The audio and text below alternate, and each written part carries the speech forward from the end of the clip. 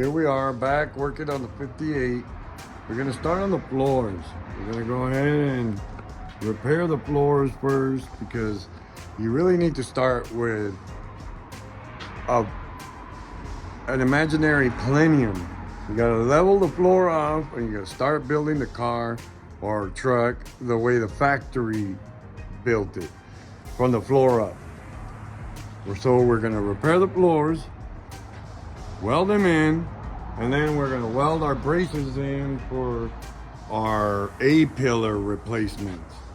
And we'll show you how to make an imaginary planium and keep the vehicle level. And for now, we're gonna show you the welds of the floor. As you can see, it's already fitted, ready to go. We're gonna start cutting the floor now. I'm gonna give you a view of it. You wanna start like the factory, like the floor, and then we're gonna make a bench that's perfectly even, create our own planium, so we can start putting all the panels back in.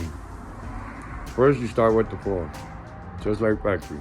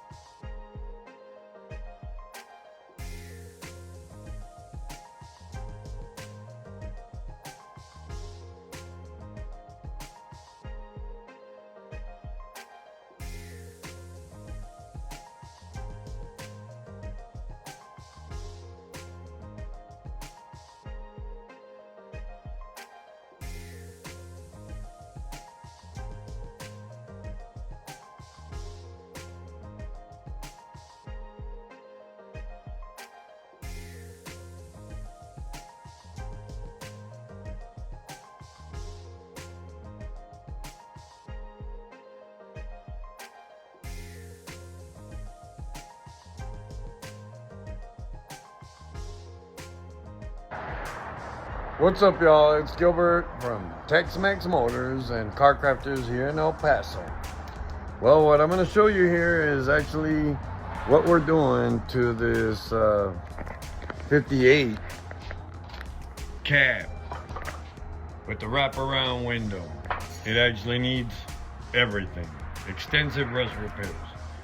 But what we're showing you here is how I'm actually putting a level plenum so you can get correct measurements as you're fitting the new parts, cutting off and fitting the new parts. What we did here was actually level the truck. We leveled the truck, and then we made our brackets to the stand up to the level truck. Whether your stand or the floor is uneven, your truck is. The truck is even because we put it even. Whether you have to replace any parts or you can cut just about anything you need out of it now without any of the parts moving. We're going to put some more reinforcement bars, which is what I'm going to show you, is how to reinforce the roof, the floor, and the firewall, so nothing moves while you replace the A pillars. We're going to be replacing driver and passenger pillars, floor, steps, cowl panel, quite a bit. It's pretty extensive. So now you know. First, you level the truck. And after you've leveled your truck, you make your brackets to the stand, weld them in, weld your brackets in, and no matter whether you could say one side is like a 1/4 inch longer than the other, the size of your bracket doesn't matter. What matters is that your truck is level. It could be a little bit longer on this side, but that's because it could be a little shorter from here to there. Yeah. So you're not using the floor or the bench to level the truck. You're using the truck to make sure your bench is level. And once you've done that, you can cut everything out without worrying about anything moving, because you're actually building it just like factory. And we'll move on from there.